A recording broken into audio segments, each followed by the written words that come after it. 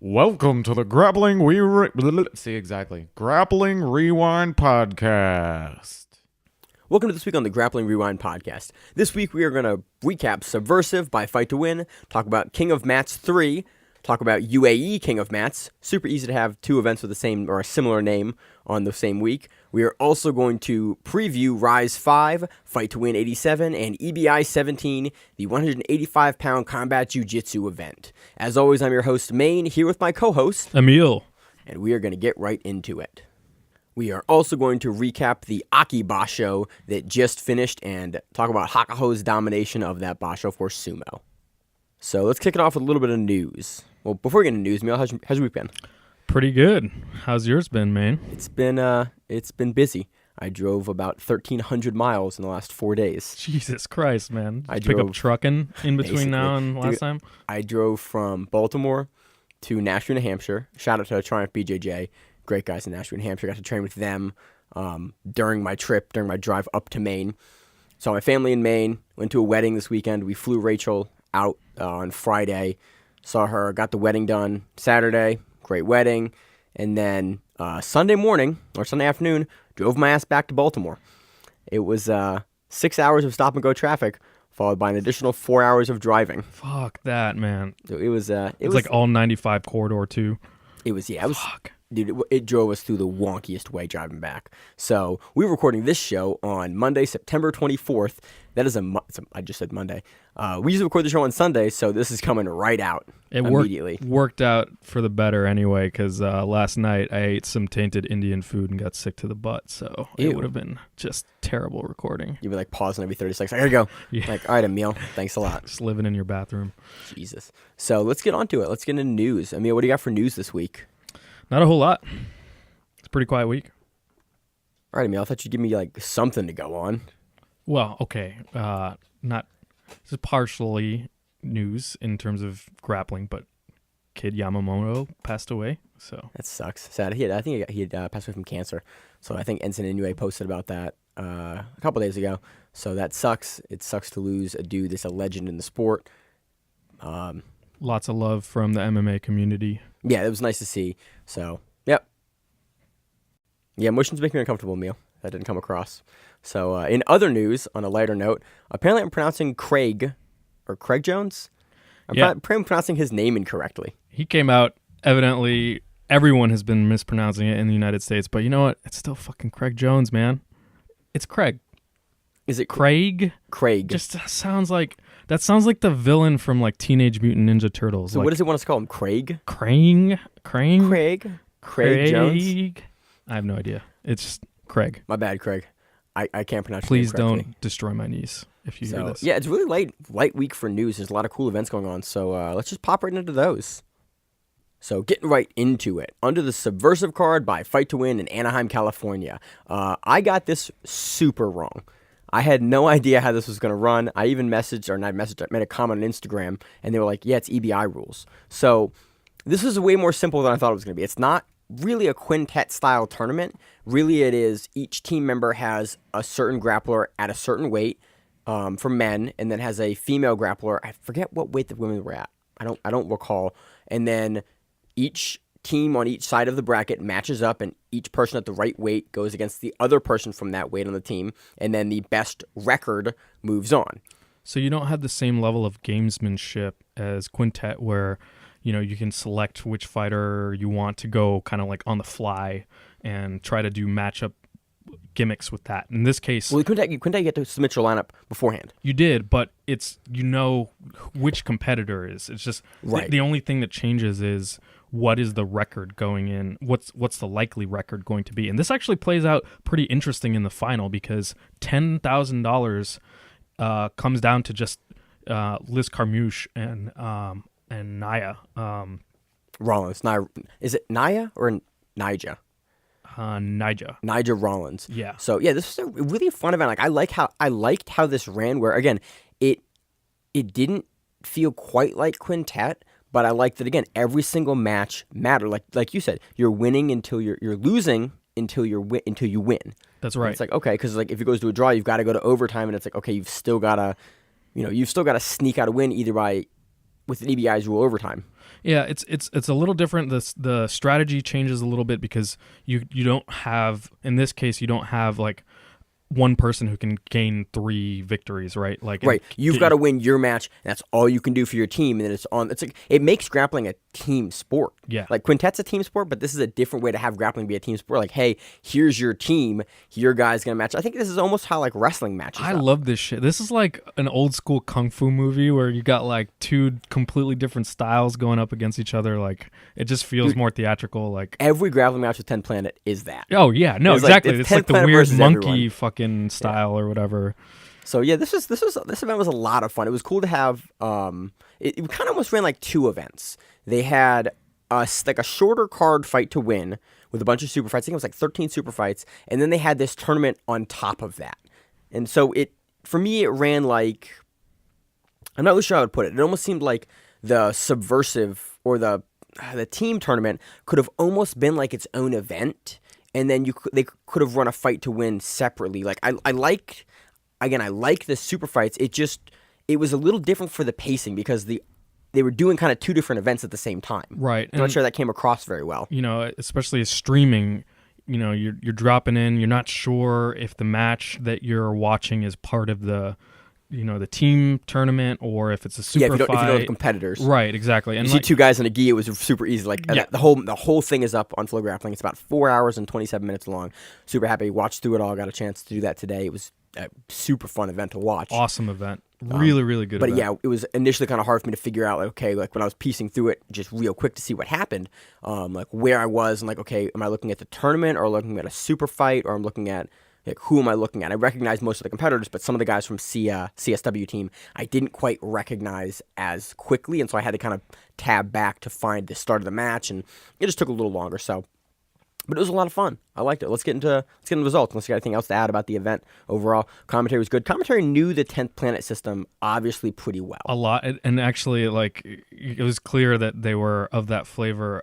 There was a moment. It was clear they were of that flavor. Hey, I'm just saying, like, there was a point where, let's see, which match was it? It was, I think it was the Spriggs match.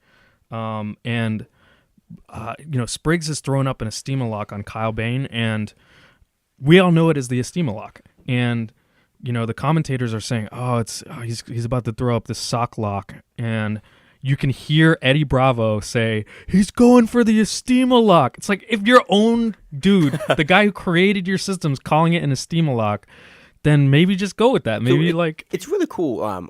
Recently, we've seen a lot more of Eddie Bravo coaching his own guys on Qunitet, on this, on like another previous event, and I kind of forget how good of a coach Eddie is. Oh, dude, yeah. Like, you hear him yelling out like very pertinent information, like, hey, stay calm here, you need to fight this grip in, look at your left hand. I'm like, oh shit, like, he's a really fucking good coach. Like, he's been doing this a long time. Good with strategy, too. It wasn't just technique that he was talking about. He was like, in this position, they're going to want to do this, so, you know, react this way. Yeah, it was cool. And he's super loud, too. Like, there's not a broadcast where he is a coach on it. You don't hear him on like, ooh, this is really interesting. I don't know why, but I kind of forgot how good Bravo was. I mean, obviously, look how huge his affiliation is. You don't grow the affiliation to that size this quickly without being, you know, a pretty great instructor and coach. But I hadn't seen him recently coach. I don't think we've covered him as a coach very much on this show at all since we've done this show. So it was cool to see him on Qunitet and on this. Like, god damn, that's a really good instruction right now, especially when during the Martinez match, or the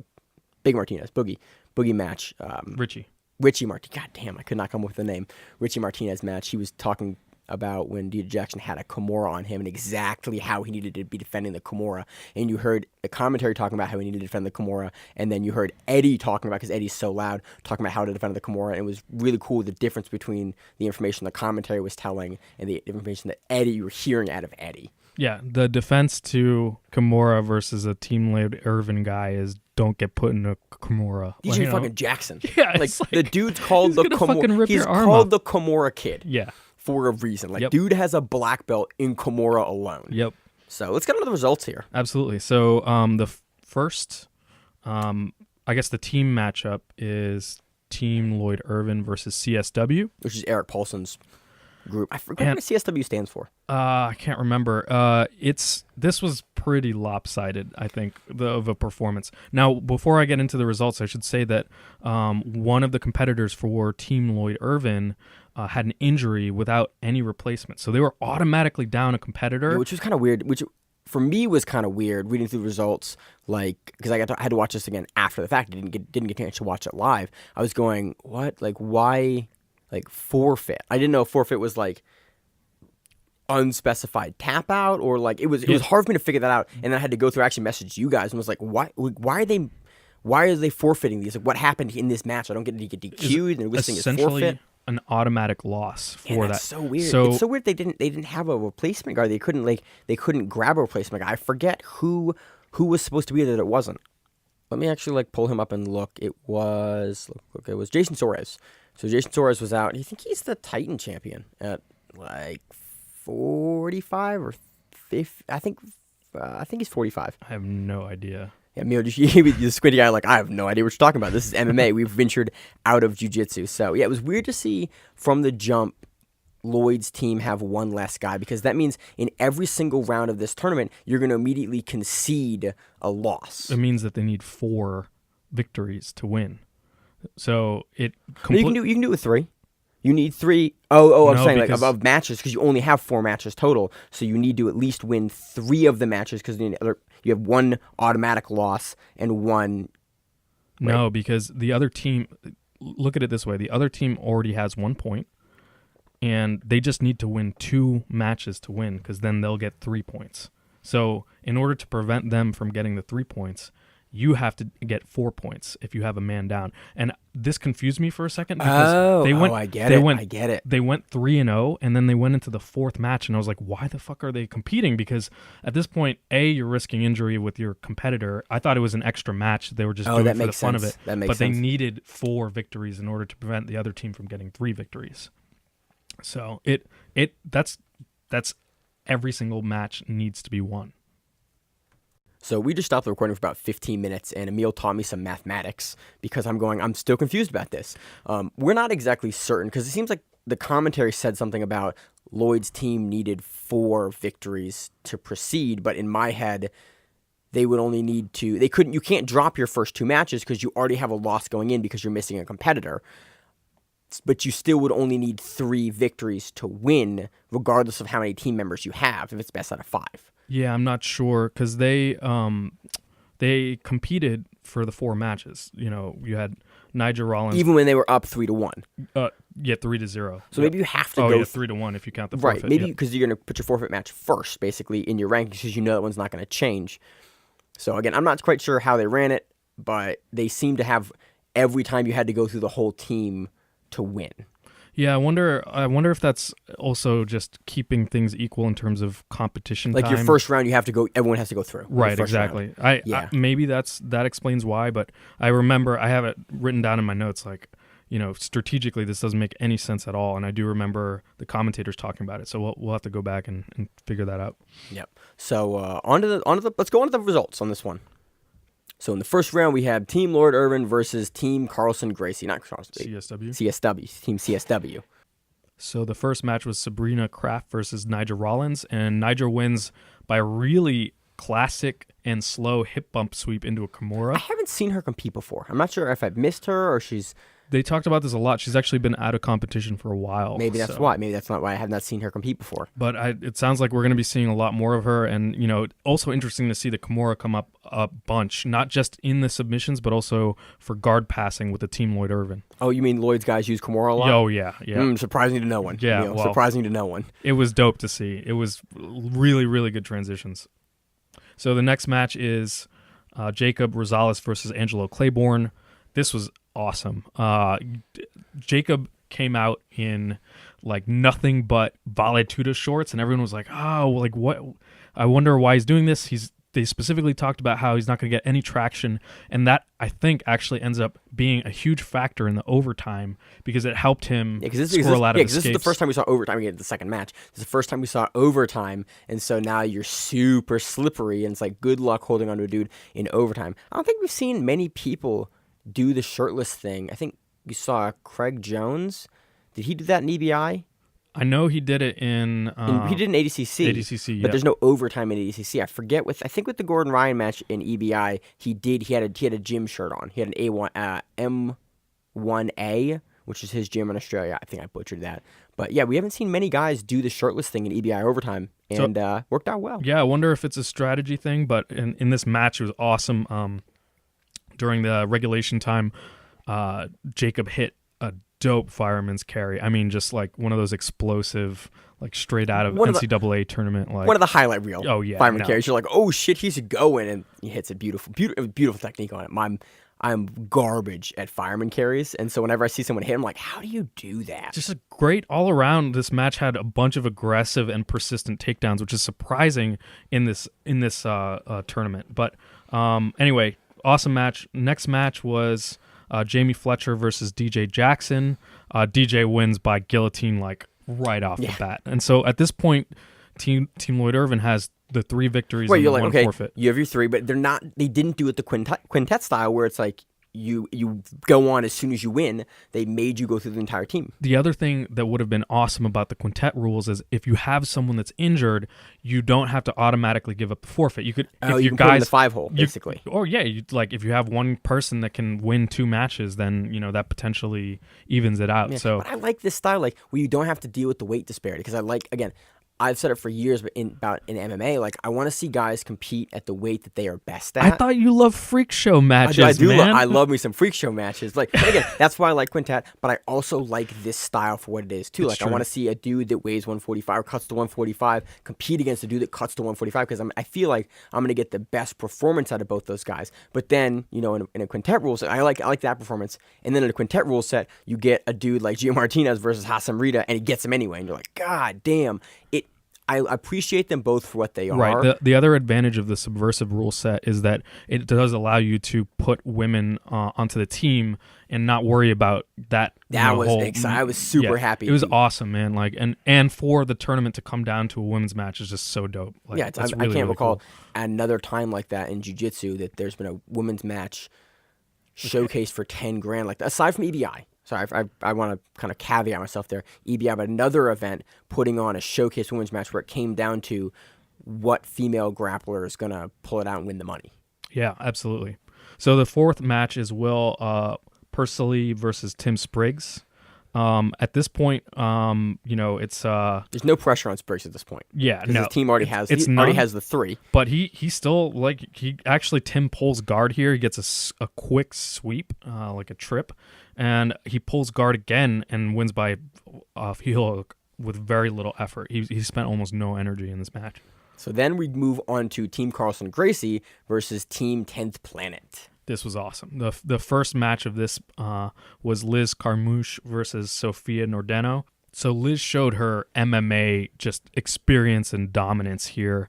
Just had a grinding head and arm control from mount. Dude, I've not seen Liz compete in grappling in a while. It's been a hot minute, and she didn't miss a step. I mean, she had control the entire time here. There was a great sweep by Sofia into a guillotine, but it wasn't a finish.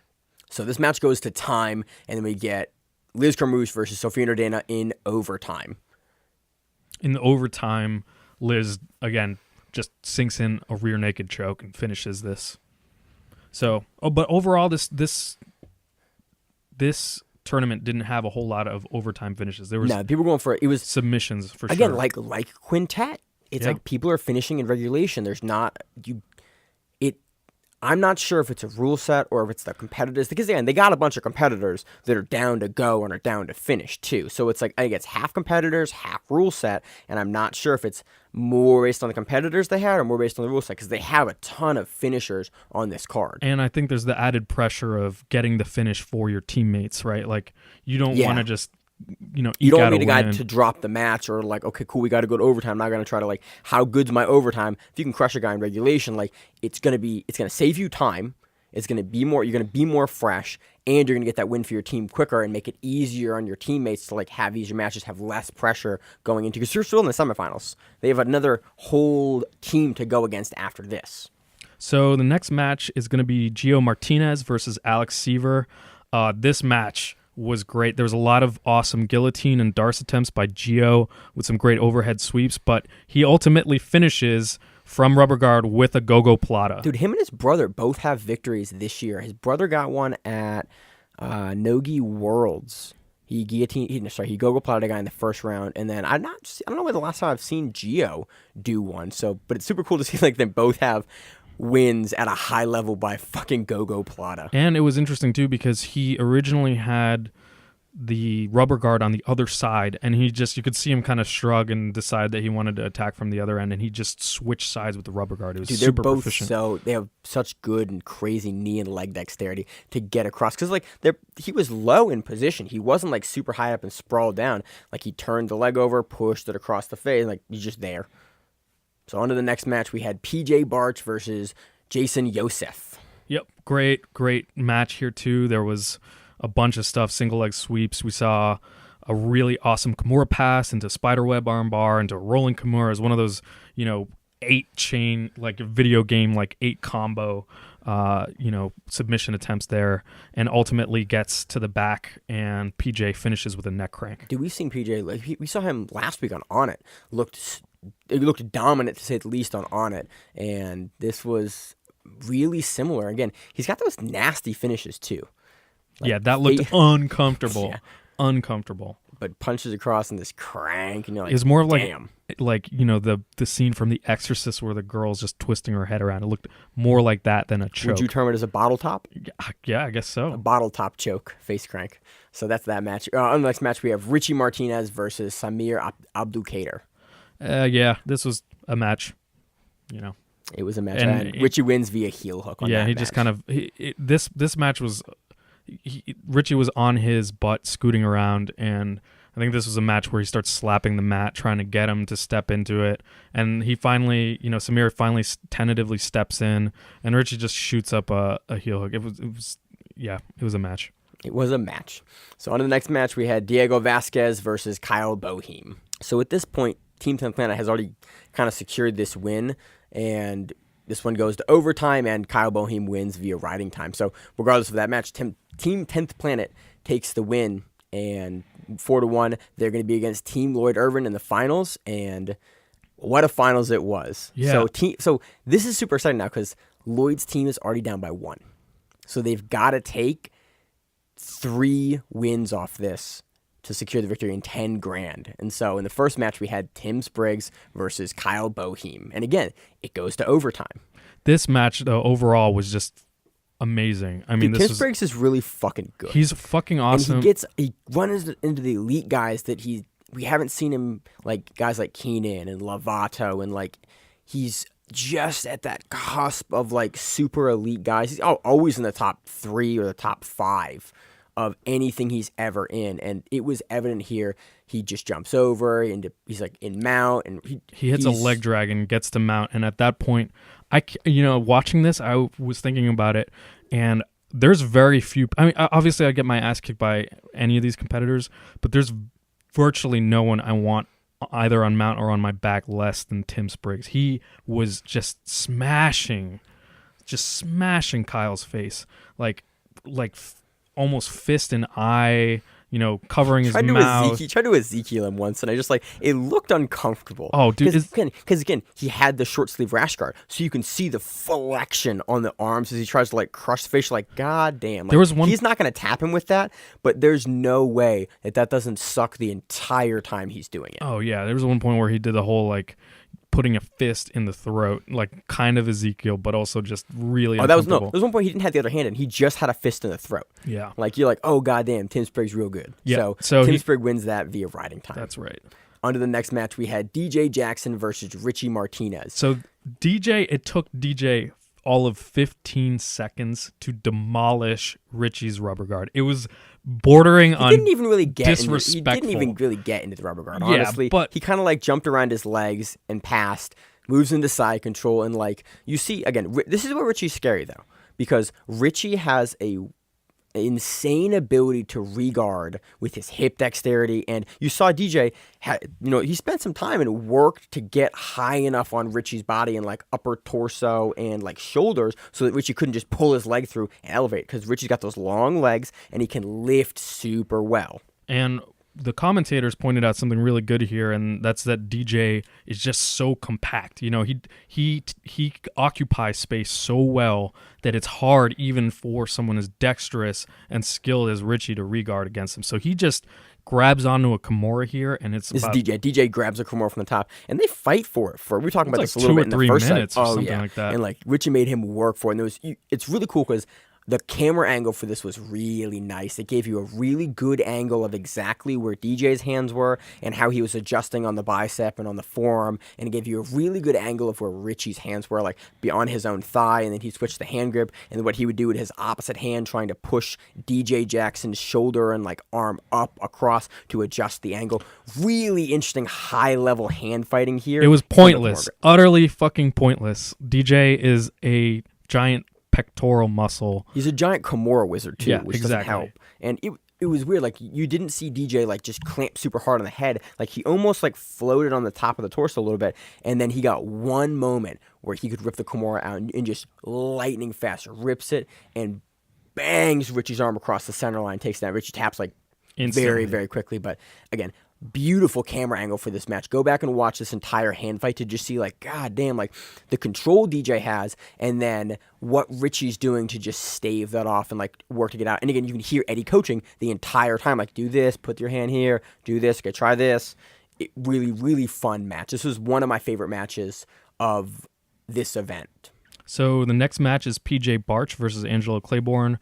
There was awesome stand-up here. It's sort of like Greco style. PJ Barch had a really fucking cool takedown. It's like an inside or outside leg chop. I forget which one. Yeah, I think can't remember. But it was Kochigari or what? But it was Sotogari or Kochigari. It was Kochigari. So it was inside. So it was inside then. So PJ gets the takedown. He gets to mount, and at this point, he just backsteps into saddle, and he grabs both of Angelo's feet here. It's kind of a position, at least I was watching it. Emil, you saw we talked about this before the recording, and you saw something different here than I saw. Because, and I need to go watch it again. I've just gotten off this giant trip, so I haven't got a chance to rewatch these things 2 and 3 times like we usually do before we record. But PJ has both legs, and he has Angelo like sitting up and kind of like supporting his body with his own hands. And it's a really weird position. Like Angelo's almost like sitting straight-legged out of the mat, but can't seem to get any leverage to pull away or turn. And it's a position that I am not familiar, at least from what I was looking at, familiar with seeing as much. I've seen some of the proficient leg lockers. They love this position from saddle where you have both legs, because it's sort of a damned if you do, damned if you don't on the defensive side, because the outside leg, you can sort of try to go for toe holds, you can attack it, and usually they'll do that to get the person to respond and expose the inside heel for the inside heel hook, which is what that's how I think he finished. I think he finished with the inside, but it was like both legs were together still when he finished, and so we kind of, and again, it was at least from what I saw. And again, I will need to go back and rewatch this again, but it was a really interesting heel hook finish. Like the PJ didn't look in a position I'm typically used to watching guys finish heel hooks from. And again, I watched it again, but really cool match, beautiful work from PJ. Again, 2 weeks in a row. So on to the next match we have, or not the next match, it's listed in the results as the next match, but we have Gio Martinez winning via forfeit because he's the 145-pound guy. That's how they had it lined up. So they get their second win here. They're at 2-2 right now. And you're tied up going into the finals. That's right. Dude, it was super cool. Like, usually with these events, if I'm going to watch them a day later, it always fucking gets spoiled for me. This one, somehow, I didn't get it spoiled for me, so I got to watch it, and I was like, oh, who's going to fucking win? And then I got to watch the match, like, fresh, and it's so rare to be able to do that a day later. And the final match ended up being Liz Carmouche and Nigel Rollins. So this is, again, fucking awesome. We see $10,000 come down to the last match of the tournament, and it's a women's match, and Liz Carmouche looked fucking good. Nigel put up a tough fucking fight, but Liz looked really good, like good pressure wrestling, good control, good turnovers, like had an answer for Nigel in every single area of the fight and of the game, and it was just a beautiful performance from Carmouche here. And again, this is I hope we see more of Carmouche because I forgot how good she is. I think for some reason, I feel like Carmouche is on the Team Alpha Male team for Qunitet. I don't know if she is, but I feel like she is. I might be wrong. It might be Zingano. But again, I want to see more of her after this performance. She has a great performance, eventually gets like almost to a head and arm or like a I wouldn't call it a Darce choke, but it's like a head and arm from the back, and it's like a side choke. And she turns over, and you see Nyjah trying to like almost answer the phone and like turn, and Liz finishes a beautiful choke from the side, hips all the way out through it, and then you see the 10th Planet people just freak out, come on the mat, and like, because then they've won 10 grand. Yeah, they rushed the mat. They even said Eddie jumps onto the mat with shoes on. It was I missed that. Yeah, it was nice. Yo, why the fuck nice is he wearing shoes? I mean, he wasn't on the mat. You know, but you're next to the mat. You know you're gonna jump on if you take your shoes off. Hey, who knows? You earned it. So yeah, great match, great tournament, like really fun event to watch. And again, it was super exciting. I love going into a final match like 2-2, like Quintet's event like this, where it's like, cool, this comes down to the last two guys, who's going to take it. So yeah, great event. I hope we see more of these. I think so. This is Subversive 1, I would assume. So I think this is going to be, there will be hopefully a second Subversive, and we're going to cover it. I hope so too. This was a really awesome event. I really had a lot of fun watching this. Yeah. So moving on to the fight to win super fights that were on this card. There's a bunch of super fights on this card. We're going to start with the black belt results. We had Thomas Cronin defeating Brian Mendez, and he now retains the fight to win black belt masters middleweight title. That was in the gi. Decision. It wasn't a close decision, but it was exciting to see these two guys go at it.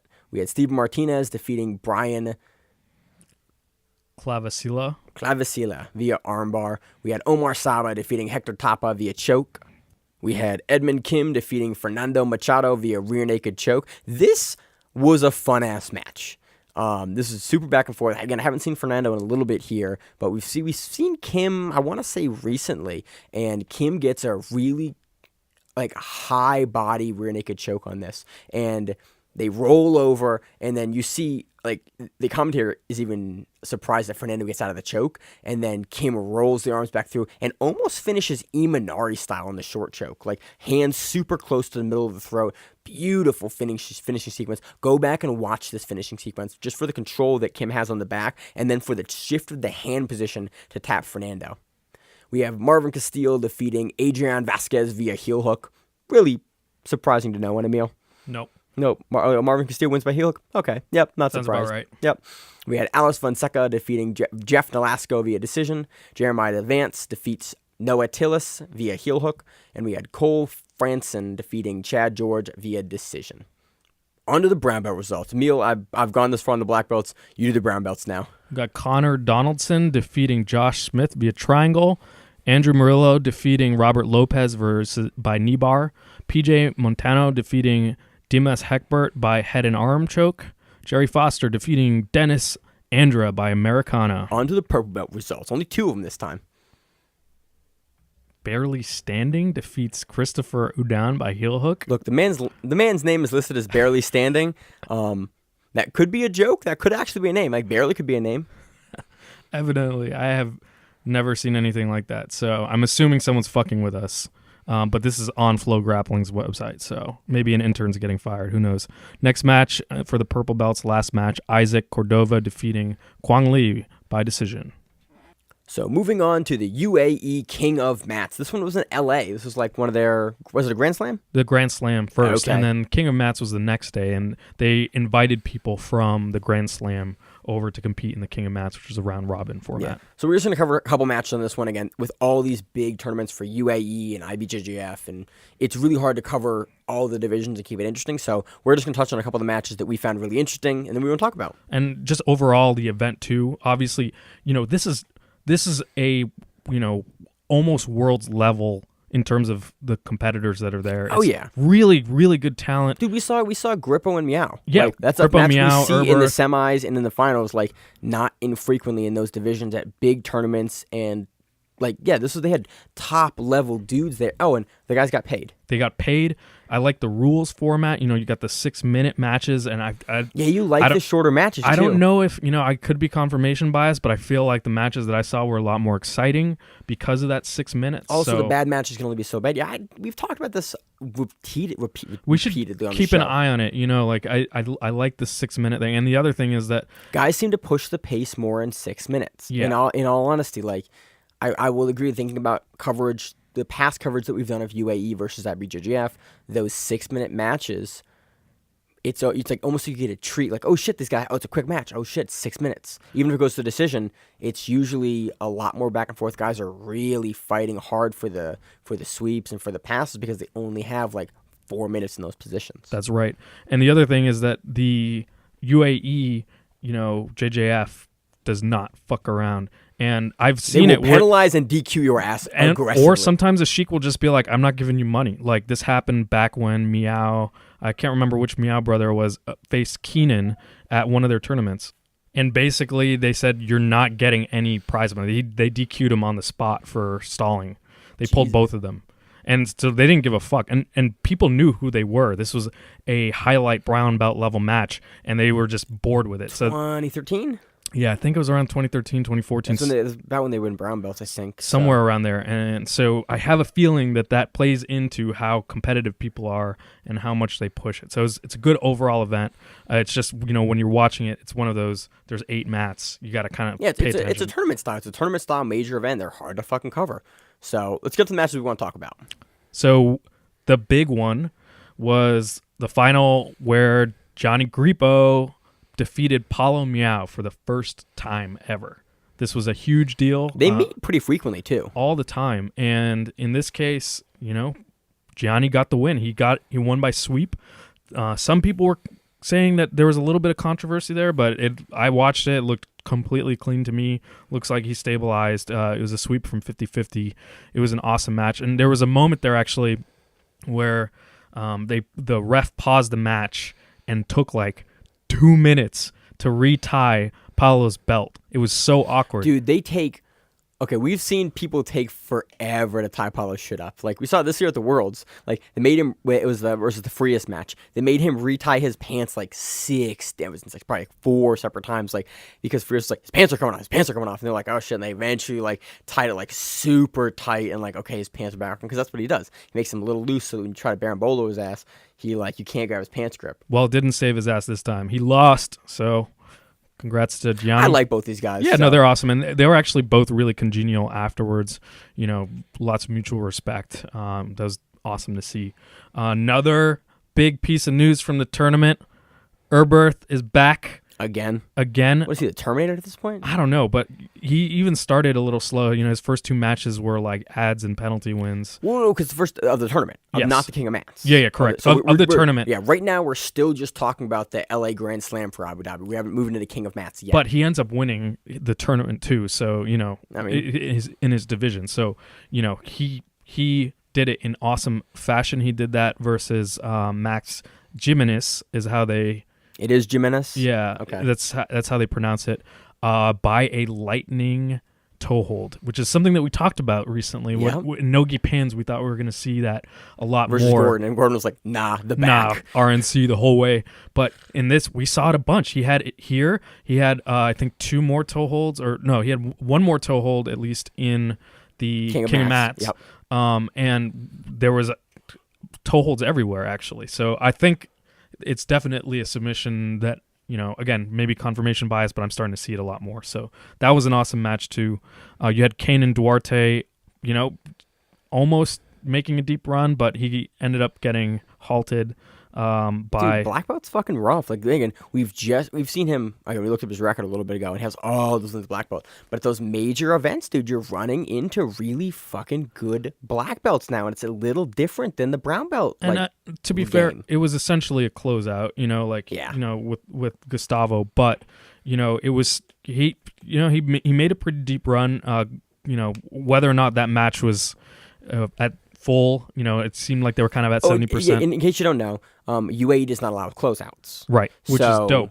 Yeah, I like if that. you run into your teammate in the finals, like, cool, you guys both sign up for this division, like, you will have a match, and if you, like, cheat the system or do a fake match, like, you're both DQ'd. So you get some, in UAE, get some really interesting matches from guys that are on the same team, and it's like, oh, shit, look at this match. And we saw, who was it? I forget who we saw recently. It might have been Keenan versus someone. I think it was two Atos guys. Really, you get some really cool matches that are super rare occasionally, where someone will come up with a victory. You're like, oh shit, I didn't know I could beat them. So this was kind of one of those matches. If you are going to go back and watch any match, I would definitely recommend watching the Jose Lima versus Nakamura. This is the finals for the 56 kilogram adult black belt. This was an awesome back and forth. Each side had at least 3 or 4 sweeps. The final score was like 8-8, and huge back and forth match. Huge back and forth. Nakamura, like 6 fucking minutes. Yeah, it was packed, and then Nakamura wins by rear naked choke with 15 seconds left on the clock. It was a really exciting match. Definitely recommend going back and watching this one. And finally, out of the big results, is actually one that is, we want to see more out of Kennedy Marcial, but he ended up getting stopped by Thiago Macedo 2-0. But Cabrinha's kid. Cabrinha's kid. That's just think about that. Cabrinha. You love Cabrinha.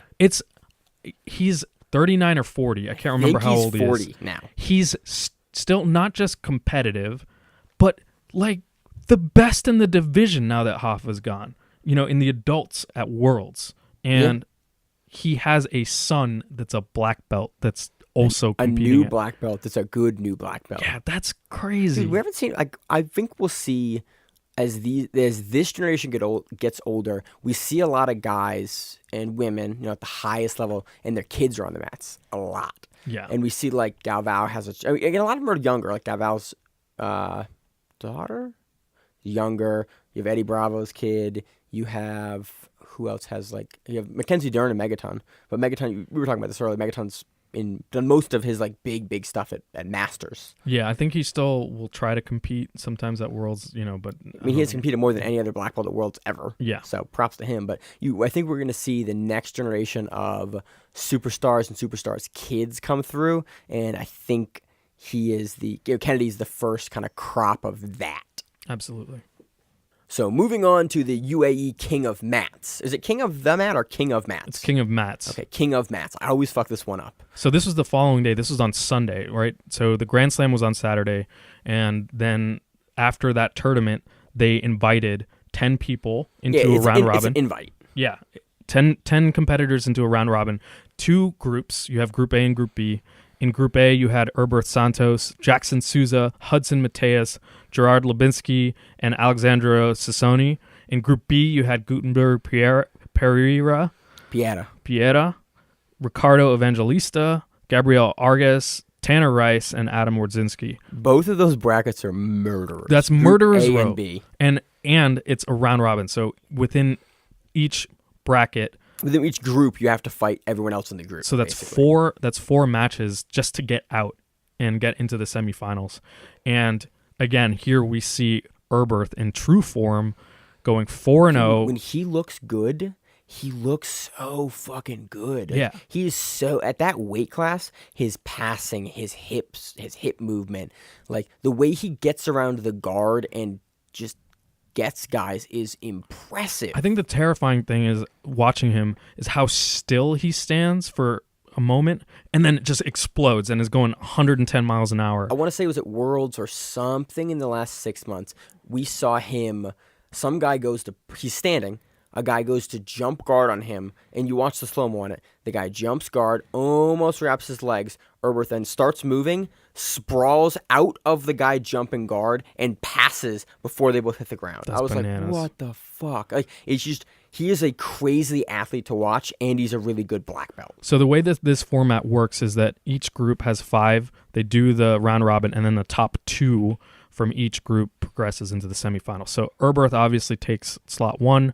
Jackson Souza, and by the way, that 4-0, he has a toe hold against Hudson Mateus, which is no joke. No. And he has a wrist lock versus Alexandro. So he, wins 4 of those by 2 of them are submission. That's awesome. Which at a high level is relatively rare. Like, Yeah. you don't, especially the larger divisions, you don't see high-level guys getting subbed very frequently. So you have the next person to progress is Jackson Souza. He's going 3-1 in that group. And then the people that didn't progress, you have Hudson Mateus at 3-1.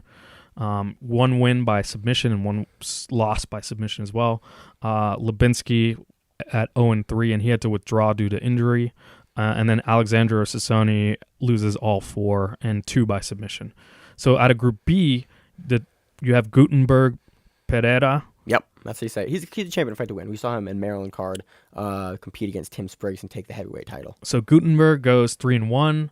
Ricardo Evangelista goes 3-1, and those 2 progress. And then the people that don't progress, you have Gabriel Arges 1-3, Tanner Rice 0-4, and Adam Wardzinski, who's 3-1, but due to the tie-breaking rules, didn't progress. Yeah, again, this group, this is a fun. Again, both groups are super fun. I love the King of Mats because you get to watch a bunch of guys go against a bunch of guys. Again, guys get a little more tired towards the end, so the matches that you get later in the day aren't necessarily as even. If you guys have easier matches, so you do see that in King of Mats. It's the one thing I kind of go, why I'm always a little hesitant on the tournament format and the round robin format, because you maybe don't get the best performances out of the guys at the end of the day. Especially a day after a major tournament. Yeah. Like these guys are exhausted.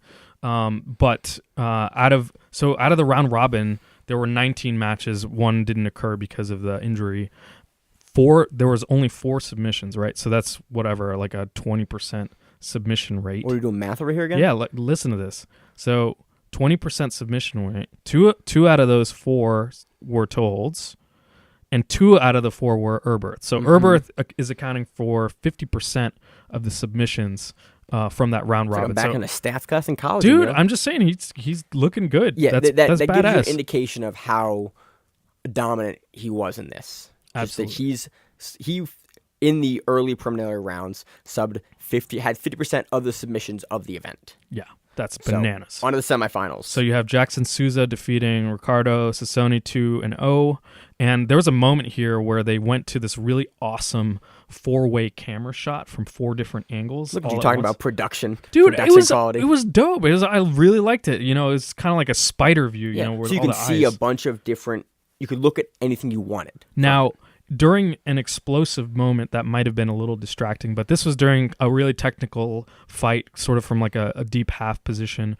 And so it was really nice to be able to see exactly what the position was, and things like that. So for a more static position, I think it's a nice view to take. Again, I have no issue ever with like a picture-in-picture or something. If you have the camera angles, let me see it, because there might be something that I am trying to look at that I can't see from this angle. So next match, Eberth Santos defeating Gutenberg. Well, this is actually, they didn't post this match. It looked like Gutenberg was actually injured, so he didn't progress here.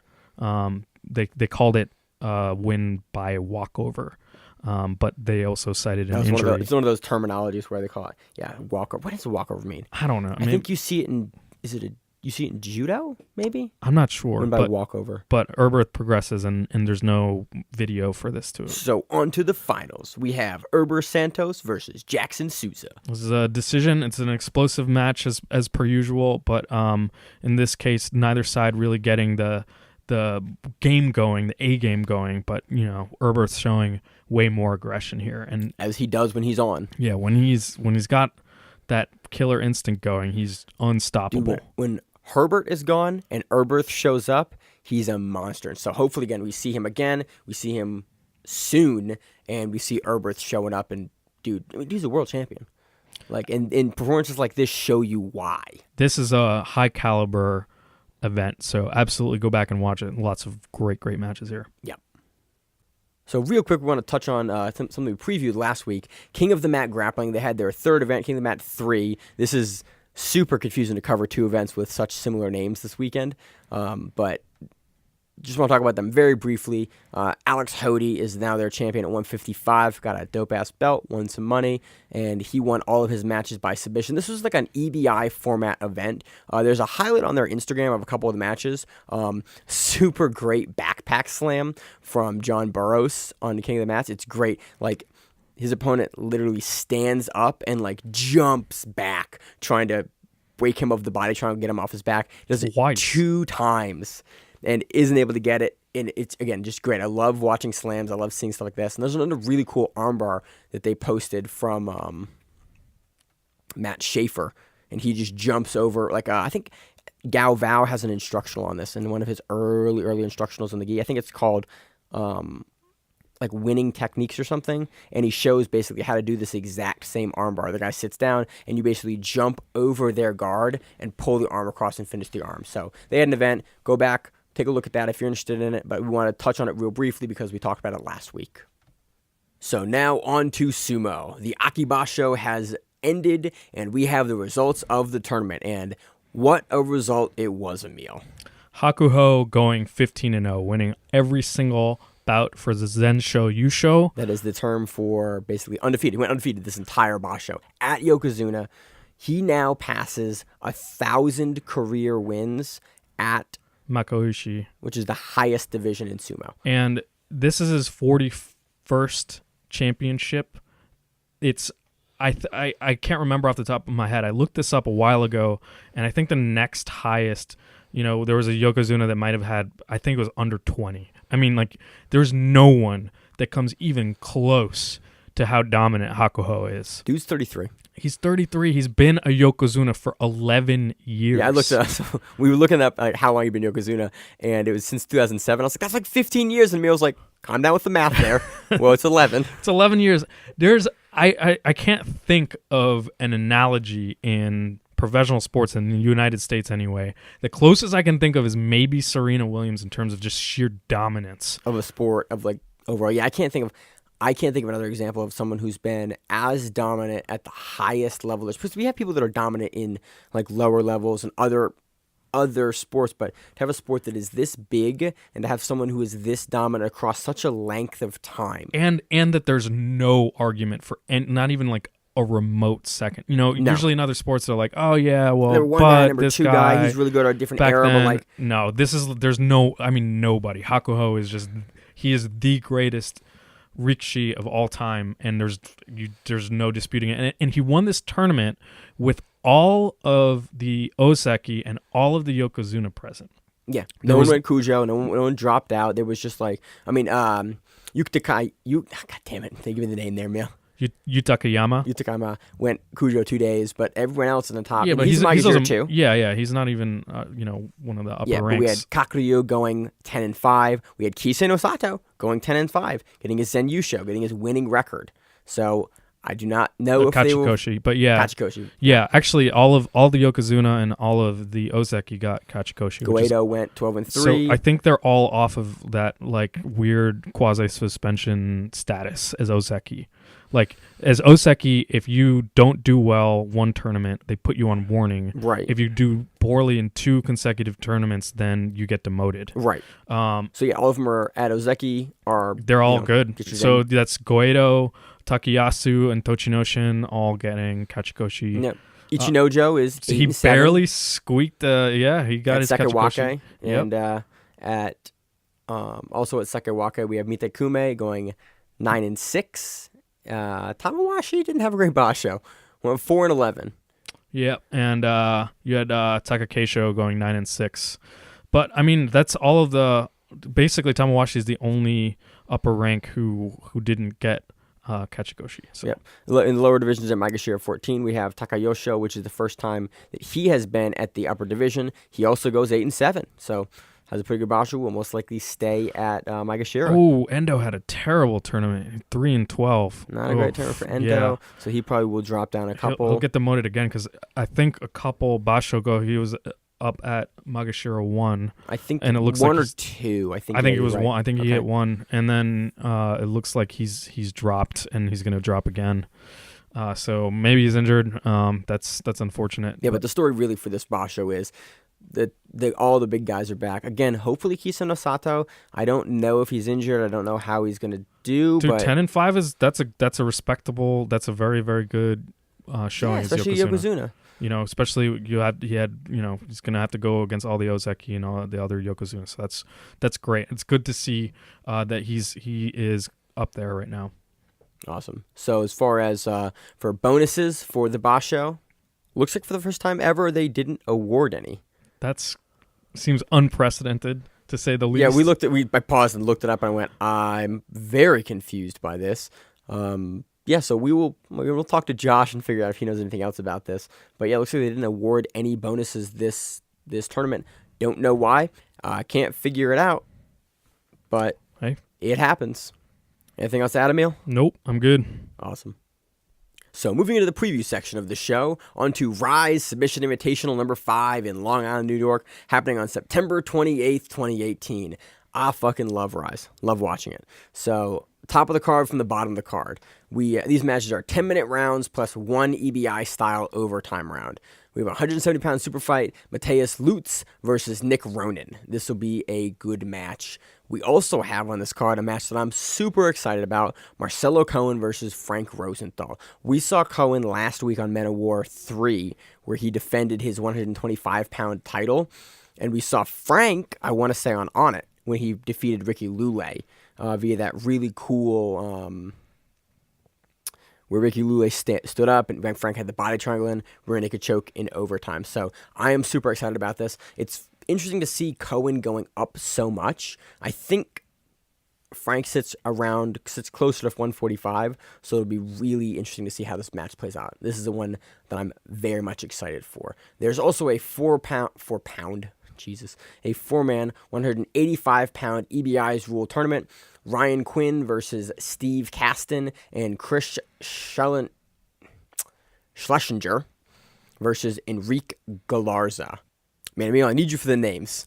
Give me the rest of them here. So the rest of these matches are 10-minute super fights, sub or draw. So we have Hugh McKenna versus Joe Magni. At 205 pounds. Tito Hartz versus Joe Tarlcio. At 165. Aldo Orenville versus Carlos Rosado. At 155. Ray versus TBD. To be determined. So Stingray, we saw him in the last Rise card. I think we've seen him maybe a couple times since then. He's a super fun guy from 10th Planet. And then on this, we have on the rest of the card, we have a bunch of other brown belts, bunch of purple belts. Again, we were super confused about how this card ran last time. They're gonna, if they do it the same way they did it last time, they're going to open it up with the prelims, go through a lot of the lower undercard fights, which were a lot of fun, and move into the main card, and then move into the tournament, then into the title matches, into the super fight at the top of the card. So, again, this was a lot of fun to watch last time. Should be a lot of fun this time. So moving on to the preview for Fight to Win 87 in Dallas, Texas, also happening on September 28, 2018. This one is main evented by a female black belt no-gi title, Chelsea Lyons versus Ana Carolina Vieira. Baby, I think she just got married or just got engaged. I think, I forget, Josh was talking about that. So under that, we have a Masters black belt heavyweight title in the gi, Alan Shabaro versus Alexander... Mio, come on, man. You got to give me these names. Sassoni. Actually, we just saw him. He was in the...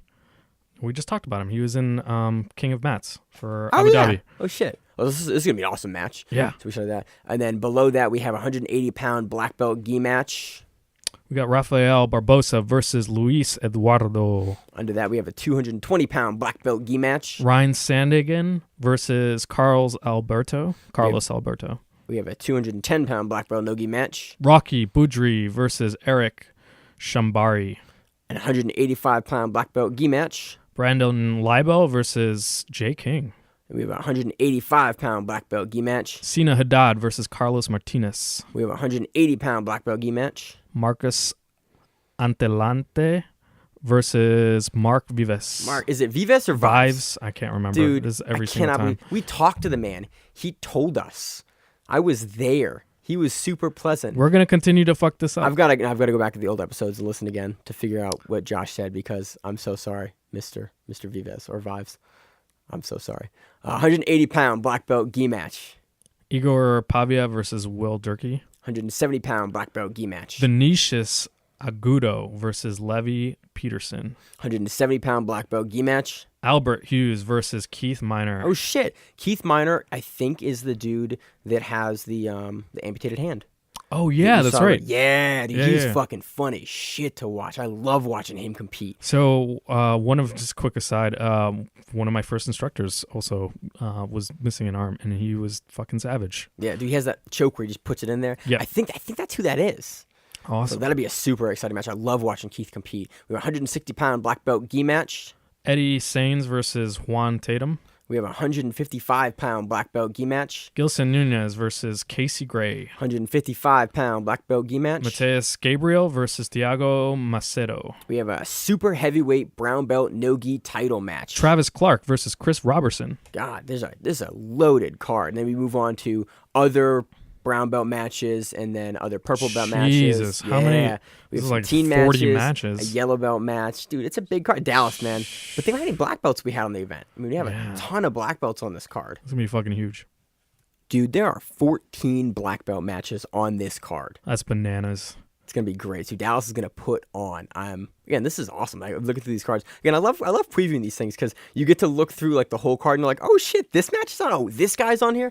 I love what we do. It's awesome to do this every single week and just be able to follow jiu-jitsu constantly. Yeah, absolutely. And you get to see these names and be familiar with people who, might not be showing up to Worlds, but are still putting on fire matches in these other promotions and stuff like that. It's awesome. Great. I love covering it. So that does it for our preview of Fight to Win 87 in Dallas, Texas. So on to our preview of EBI Eddie Bravo Invitational, the Combat Jiu Jitsu 185-pound middleweight tournament.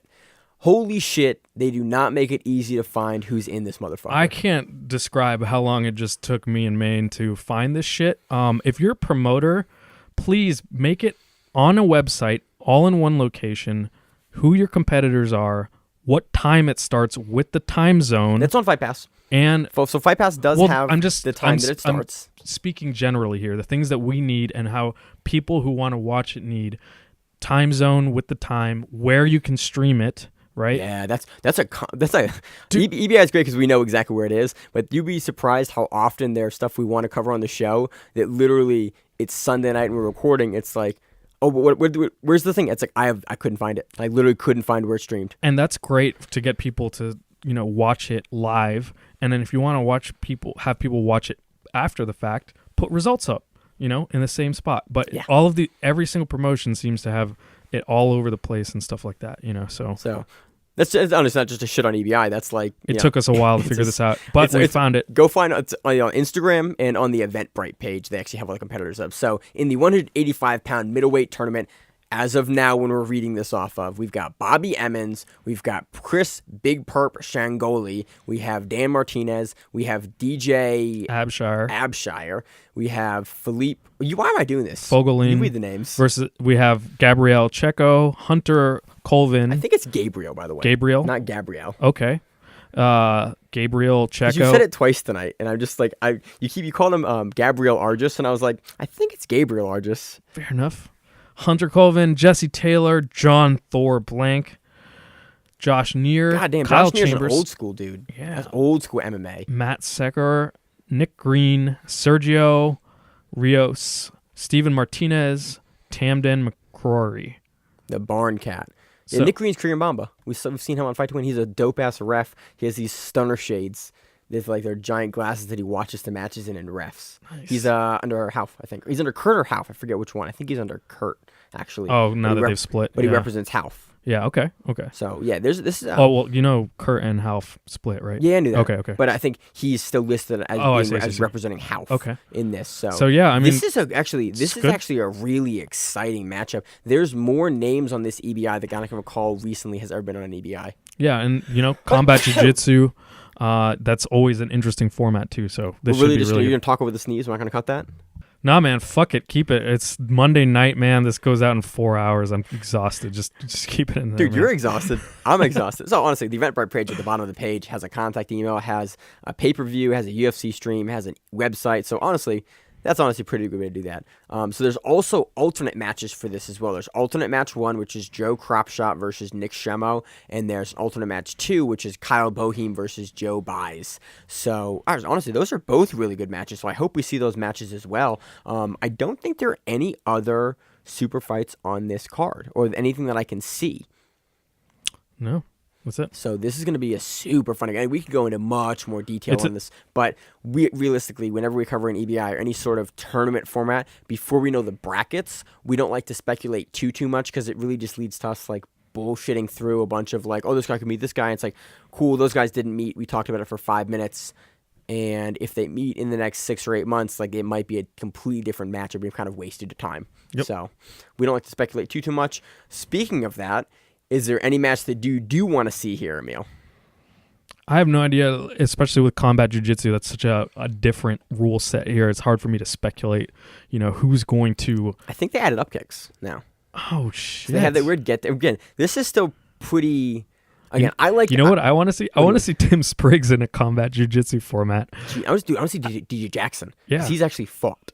Yeah. Like him, what I love is, dude, I want to see Combat Jiu Jitsu. I want to see guys that are like MMA fighters and also Jiu Jitsu guys. Like guys like Josh Neer. It's like, oh, good Jiu Jitsu fighter. Also like good MMA fighter. Yeah. Like that's what I want to see. Jesse Taylor, good Jiu Jitsu guy. We've seen him on Qunitet, on it.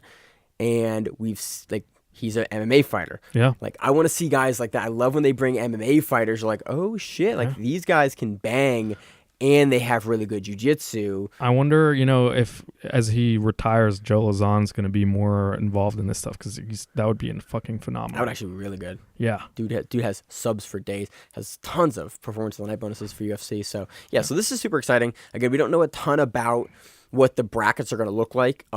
Probably brackets will be released in like 3 hours after the show comes out, so keep a lookout for those. We might post something on social media this week with some bracket thoughts and predictions, but again, it all depends on what we got going on this week. So again, I'm super excited about this. I think, Emil, you the same? Yeah. This is always great. The production quality is always great. We have these weird fucking Datu Sar commercials we're going to have to sit through, and we're going to give their commentary boatloads of shit. As per usual. Actually, hopefully they have great commentary this time. Yeah, hopefully one of them fucks up again, calls it their weird 10th planet name, and Eddie Bravo just calls it the actual name like it happened with the Estima lock earlier. Yeah. So that does it. I think that's it for previews. I know we're missing like 1 or 2 events. I don't think ACBJJ is this weekend because we always forget that. But I think that does it for events. Anything else you want to talk about, Emil? I don't know. I'm feeling great. That's awesome. Yeah. You wait for it. Once we get 6 months in and we're covering like 8 events in a weekend, you're like, yo, why is there 14 things happening this weekend? Yeah. I meant just personally, like, yeah, it's been fun doing this podcast, but I just had a deep tissue massage and I feel fucking amazing right now. That's nice. Yeah. So coming up on the lineup for upcoming events, we got Quintet 3. Yep. We got the 80cc European Trials #1, Fight to Win 88. We got World Series of Grappling 2. We have IBJJF LA Pro. We have Marinas Pro in Japan. We have Battle Grapple 3 end of the month for October. So that's just October stuff right now. And I'm still missing stuff at the end of October after like the first week of October. I'm just pumped that Quintet has this momentum, like they're really putting on events after events here. And dude, I'm they're putting on Frank Mir versus Satoshi Aishi as a super fight match. Yeah. I fucking am. There's your freak show, man. I love that's not both those guys are like 250. Yeah, but those they're are ancient. They are ancient. Yeah. But they're both like super good grapplers. Yeah. Like, dude, I want to see Frank out of the UFC doing some grappling matches outside of that testing pool. I want to see it. Japan rules, man. Dude, I'm so excited for that. Again, I don't know. I think they have a couple other super fight matches lined up. We're going to preview that next week after we do the EBI show. EBI shows are always a ton of fun for us because we usually talk about most of the matches. And with this being a Combat Jiu Jitsu tournament, I assume there's going to be some craziness involved with that as well. So we got an exciting week coming up with matches and events. And what do you got going on this Emil? For both, that was in English. What do you have going on this week, Emil? This week? Nah, it's pretty chill week. What about you, man? What's going on? Same thing. I'm going to get over this giant drive that I took. I was thinking about... Think about that. You're tired from a drive. Now, imagine, I was just thinking about this. We were talked about a bunch of competitors this weekend that we had to talk about last weekend at Pans and stuff like that. Dude, we covered Craig Jones 2 days in a row. I know. Well, I just think about what they're going through. You think you're tired, right? What do you do? I want to know what they do to keep themselves together after having to compete. Just like guys like Wagner Hosha, you saw him. I think or Johnny, Johnny competed at Pans, won Pans, Grippo. And then he was at DC the week before that. Yeah, dude, and then he was at Abu Dhabi. That was in LA this week. Yeah, so that means he's been three separate weeks in a row. savage tournaments. And he won. Yeah, all 3 of them. Yeah. He won DC Open his division. He won Pans. Yeah, and he won this. So what do you think he's what's he doing to not fall apart at the seams? That's what I want to know. I don't know. How do all these guys at the highest level like maintain that kind of travel? Because again, it's not like you can compete locally.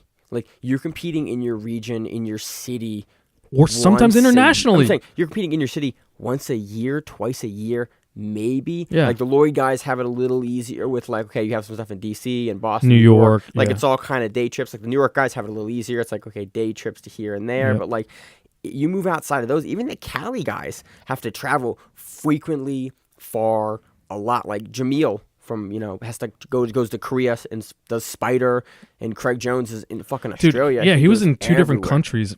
Yeah, I remember that in the same week. He was in, I think, the U.S. for EBI, and I think he was in Qunitet the week before. Something he had something in Japan. He was in Qunitet, and he had another event that he was on either later that week or I think it was the same weekend.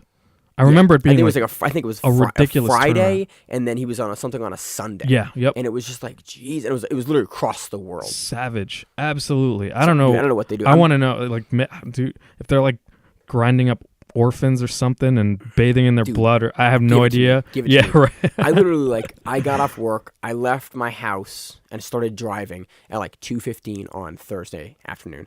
I'm a savage, so I didn't have a place to go that night. I was like, I'm either staying at Rachel's dad's house in Maine, and that's going to be about 9.5 to 11 or 13 Maine, hours. did you sleep in your car? No. So here's the better story. Yeah. Really good friend of mine also runs a podcast called We Need to Talk. Stephen Meter. How the fuck do you say his name? I've only known the man for like 10 years, a decade. Meter. Everyone calls him Meter. So he was like, hey, what's your address? And when you're off work? And he was like, this is my address. And I was like, I'm off work at 4:30. And so I called him at 4:30. He's like, give me like 5 minutes. So he finishes up. I call him like, hey, what are you doing tonight? He goes, nothing. I was like, can I stay at your house tonight? He was like, sure. Yeah, that's fine. Where are you? I was like, I'm about 5 hours out. He goes, oh, cool. I thought you were like at my door right now. And I chilled at his house, woke up in the morning, and because he leaves work super early. And so I woke up, I was like, all right, I am literally like 2 or 3 hours away on a good end. And really, because it was Friday morning, I was not going to hit much traffic where I was going because I was kind of outside Boston by about an hour and a half. I was like, let me find some jiu-jitsu around me. So I Googled. I was like, jiu-jitsu near me. I was like, who has morning classes? Because it was like, there's probably a morning class at like 9 or 10. Found the Triumph BJJ place in Nashua, 8:30 class. Awesome. I was like, this is awesome. Woke my ass up, got to Dunkin' Donuts, got a little coffee, got a little breakfast sandwich, and then I drove over to them and I was like, hey, like I didn't email them beforehand. I just like showed up. I was like, either they're cool with that or they're not.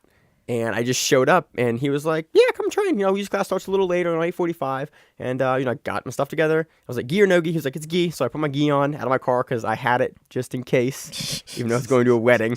But I had gi stuff and no gi stuff. That sounds about put right. my gi on, and it was really funny because we're close enough to Maine where a lot of the guys I used to train with, some of the guys at that gym had fought the guys that I used to train with in Maine. Oh, cool. Because there was a pro fighter there that had small fought world. a bunch of guys from that gym. And it was really funny. Like, oh yeah, I've seen your fights. I've seen you like choke dudes from our old gym out. Like that was cool. So again, super friendly gym. I love jiu-jitsu for that reason. There's no other sport I know of because I've trained down in like North Carolina, in Maine, in different places in Maine, in Colorado. We've dropped into places like all over the place. I've never met a more friendly community. I can just show up to this guy's gym at 8 in the morning, and he'd be like, yeah, just put your gi on, and like we just trained. Everyone was cool. We worked really great technique, really great instruction, got great rounds, left by like 10:30, and then just like just drove to Maine. We're getting to that point too where you can do that in other countries now. I trained in Czech Republic. Did you really? Yeah. When? Twice. I went to Prague 2 different times, and both times I trained at this joint called Jungle BJJ out there, which is awesome. Really, really good stuff. Brazilian, straight from Brazil, black belt, really fucking talented, really, really good group of guys out there. Yeah, it's awesome. Just like be able to I was in my buddy's hometown, like a smaller town in New Hampshire, or outside Nashville, so a little bigger town. But I just got to like Google, and they're like, oh, they have a class, and I just like walked in, showed up, and these people were like nice enough to like train with me and let me train at their gym, and then I just got to continue my drive. Sweet. And I could have done that at any number of gyms that I drove past all along my drive, all along my trip, and it's just really cool to be part of. I can't think of a cooler community that does that. Like I can't think of like a soccer club I could walk into and like they just let you play on the team. It's like it just doesn't exist Or like I'm not sure if like gymnastics is like that, or like what other sport Actually, just lets you do that. Funny enough, capoeira is like that. So Really? yeah, so it's actually built into their community. So they don't have competitions. I can't remember what they call them, but it's basically these gatherings. It's not exactly a competitive sport.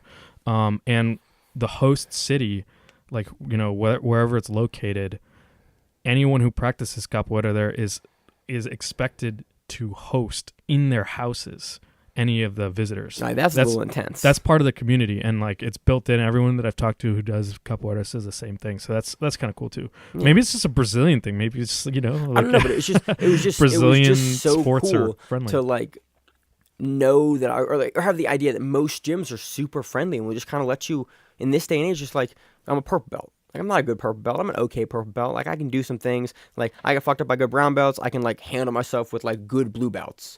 And, have a good round with, good purple belts. But to be able to just walk into the doors and, be, like, have a friendly face that, has no idea who you are but is happy to train with you, it was cool. And, I got smashed by the black belt. Yep. And so it was cool. You're like, oh, cool. Like, you're very, very good. And you run a school. It was an awesome trip all around. That just kind of was the cherry on top of a great trip, a 1,300-mile drive. 3 tanks of gas meal. Good to have you back. Aside from the Easy Pass tolls, that trip cost me like $90. Jesus. It's amazing. So, all right. I've been Maine. I've been Emil. And we are the Grappling Rewind. We'll see you on the mats. As always, you can email us at thegrapplingrewind@gmail.com. You can check us out on Stitcher, iTunes, YouTube, and pretty much anywhere you can find Facebook. Podcasts. We're on Facebook, Grappling Rewind. Instagram. Grappling Rewind. Twitter. Grappling Rewind. Reach out to us on social media. If you got something you want us to cover, you want to clarify, we are here. You want to tell us we're idiots. Hey, let us know. You want us to pronounce your name correctly? Let us know. Subscribe on the YouTube page. Leave us a review.